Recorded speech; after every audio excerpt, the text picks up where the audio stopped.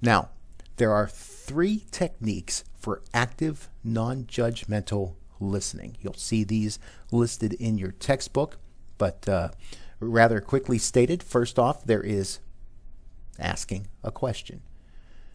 Simply ask a question. We're going to talk more about what particular questions to ask, but first off, ask a question. Second, listen to the answer carefully and actively. You really want to pay attention when someone's talking. You want to get in sync with them. And then thirdly, you want to respond to their answer in a non-judgmental way. Non-judgmental listening is non-defensive listening. Don't argue. Don't defend your point of view. Encourage them to keep talking. You want to be personal. You want to be non-threatening. You want to find common ground. And this allows for dialogue to happen in such a way that it doesn't cause someone to either shut up, or it also doesn't cause someone to get more agitated and arrogant with you in the course of the conversation. So let's talk about some barriers to active non-judgmental listening. So we can talk about this in terms of asking and listening at the same time. So in the course of the interaction. First off, you never want to ask why whenever you pose a question. Someone can see that as a challenge to them when you ask why. People get defensive when they have to respond to a why question. Perhaps if you want to ask questions where you want to get some sort of reasoning, perhaps pose your question in such a way that says, what makes you believe that, or what causes you to think such and such, and do it with a tone that is caring and objective. Never ask leading questions. Leading questions, things like, have you stopped beating your wife? Or are you still paying those outrageously high newspaper rates? Things where you kind of assume that something is true, or that you're kind of stating your own opinion in such a way. Again, it's arrogance. Those things can produce frustration and anger in somebody that's hearing that question. Never minimize a problem. This seems as if you are being judgmental and making an assumption that you know more than the person that complaining knows. We don't know how someone feels within a situation. We don't know the magnitude of the situation and the impacts that something has. If it is a problem to them, then it is indeed a problem, and we need to be sensitive to that. Next, never cheer up or reassure. Now, this one may sound kind of counterintuitive, we like for people to feel positive. We like for people to be happy and cheerful. It's kind of like telling somebody not to cry when they're in the middle of crying. It kind of makes them feel even worse. It's better, instead of discounting that emotion, to be in a state of empathy with them. Be supportive of them. Don't try to, turn someone's frown upside down, if you will. Then never criticize or moralize. These responses are highly judgmental and frustrate and anger other people. Also come off as being rather arrogant. That idea that, again, we all have our own beliefs, attitudes, values, the way that we think things should be. So whenever you bring up your points, you don't want to literally point at someone, point a finger at them. That's going to quickly make you lose points. Never argue or defend. The moment you become defensive, you lose control of the agenda of a conversation, and then you wind up being seen as not objective. So you want to make sure that when you are talking, that you do it in such a way that you're really paying attention to what they're saying.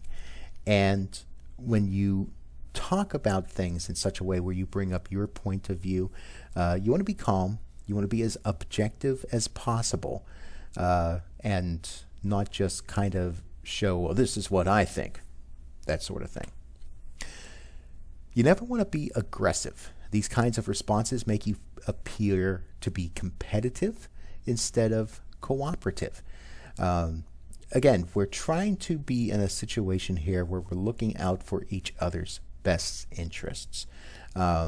So if we ever get into a sense that we're trying to get the upper hand, or we think we know more, or we think we're better than somebody else, that's not going to be effective.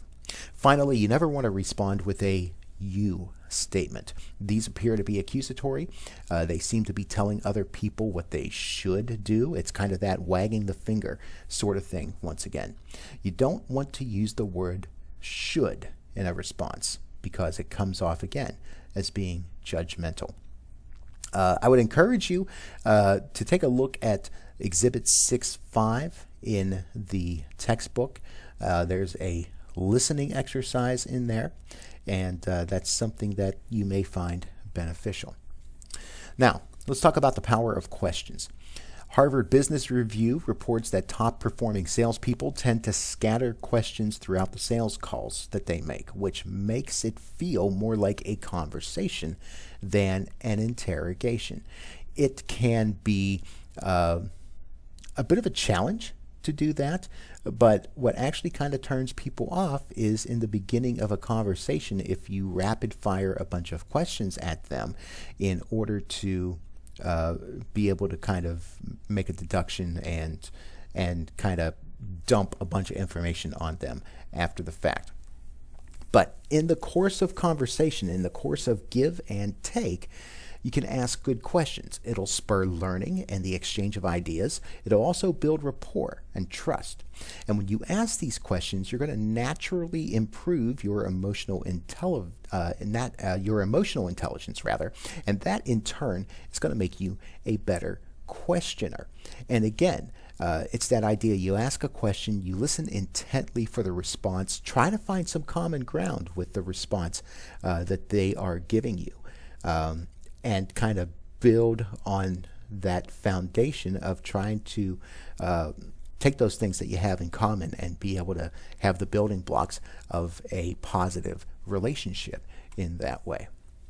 Some tactics for using questions. First, ask detailed follow-up questions.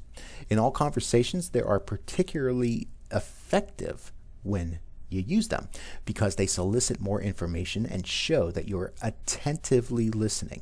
And that's going to be a good signal to the person talking that you care about them.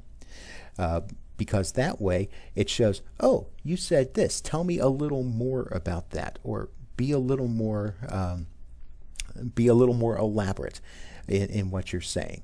Clarify some things for me so that I understand fully what it is that you're talking about.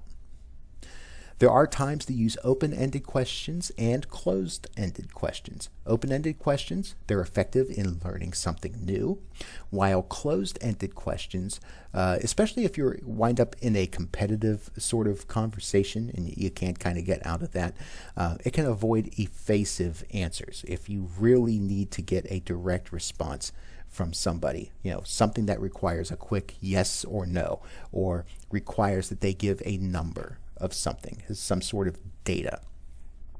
It is effective to be able to use those kinds of questions in those instances. Open-ended questions, though, they, for the most part, are going to give somebody the opportunity to respond in their way, which shows not just the answer to the question, but ways that they kind of feel and react and think as they're talking about that response.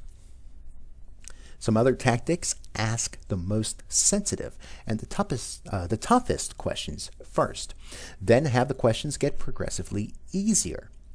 The way that this works is that if you get the hard question out of the way first, maybe there's going to be a little bit of discomfort there, but if the questions get easier as you go along and they're in that decreasing order of intrusiveness, people are going to get more comfortable talking with you, and they may wind up sharing more as the course of the conversation goes along. Use the right tone of voice when you ask questions. People tend to be much more forthcoming when you ask in a casual, kind of offhand sort of tone, as opposed to asking in a stiff, formal, official kind of tone. So, think about it when you're having a conversation with your friends. And when you're just off the cuff, I'm having a hard time talking to folks. I apologize for this. But when you're having kind of an off the cuff conversation with one of your friends, it comes off smooth and casual, nonchalant, and you enjoy each other's company. Kind of think about that when you're in these business relationship conversations as well. Because when you talk about things with that sort of a tone, it doesn't seem like you're pressing. It doesn't seem like you're being forceful. And the barriers kind of come down a little bit. The defenses come down, and you may wind up learning a lot more in the course of your conversation. Now, group dynamics, if you are in a setting where you're talking with multiple people, keep in mind that momentum is going to matter. Think about the law of physics. Something in motion tends to stay in motion. Something at rest tends to stay at rest. Well, when you apply force to move something towards a certain direction, if you're able to keep that sort of sense going, it's going to make things move much more smoothly. So get someone to answer your first question. And when someone answers that question, reward that answer with a compliment. Also, be willing to be transparent and vulnerable yourself. Share a little bit about yourself. Maybe something that makes you not look quite as polished as you would like to be. Nothing gets people talking more than sharing failures or sharing inadequacies. Something to keep in mind. Be human. Be real. Now, if you need to keep something private, you want to try to artfully dodge difficult questions. We kind of make fun of politicians and the way that they will evade questions when it comes to really hard subject matter. But, we could take a page from that, at least in a certain light. You can try deflecting by asking another question, maybe joking it off in some way. But find ways to try to tiptoe around the things that you can't or don't want to answer. There's some exercises in the textbook. I invite you to take a look at those and pay some attention to what is in there. Now, let's try to understand people. In particular, what are we going to be listening for? What are we going to question about as we listen? Now, some of the things we talked about in the last chapter, we talked about different personality profiles and how they're really not helpful for us in learning about, trying to gain emotional intelligence. So let's take a look at some of the ones that are out there that you might be familiar with and, what some of the challenges are with them. There's the MBTI, the Myers-Briggs Type Indicator, and many people have taken this test or a similar type of test in the past. So within the Myers-Briggs, we tend to look at whether someone's an extrovert or an introvert, and that's how people direct their energy. We look at someone that is a sensing person versus someone that is intuitive, how they process information. How people prefer to make decisions, whether they prefer to think about them or go based on their feelings. And then whether someone is a judgmental type person or a perceptive kind of person. In other words, do you make assumptions or do you make educated statements, that sort of thing. Now, the problem with the MBTI when it comes to how we use it in the business world is that it does not predict performance. We're looking at where someone is at a particular moment, how we would describe their personality. But it does not necessarily tell us how someone is going to be in a particular job, in a particular task. We can get some clues, but it's not going to tell us the complete story. So about 40 years ago, came up with the Big Five personality types. And this tries to kind of improve a little bit or expand some on what the Myers-Briggs did and simplify it a little bit into 5 different types of personalities. There's extroversion, agreeableness, neuroticism, conscientiousness, and openness.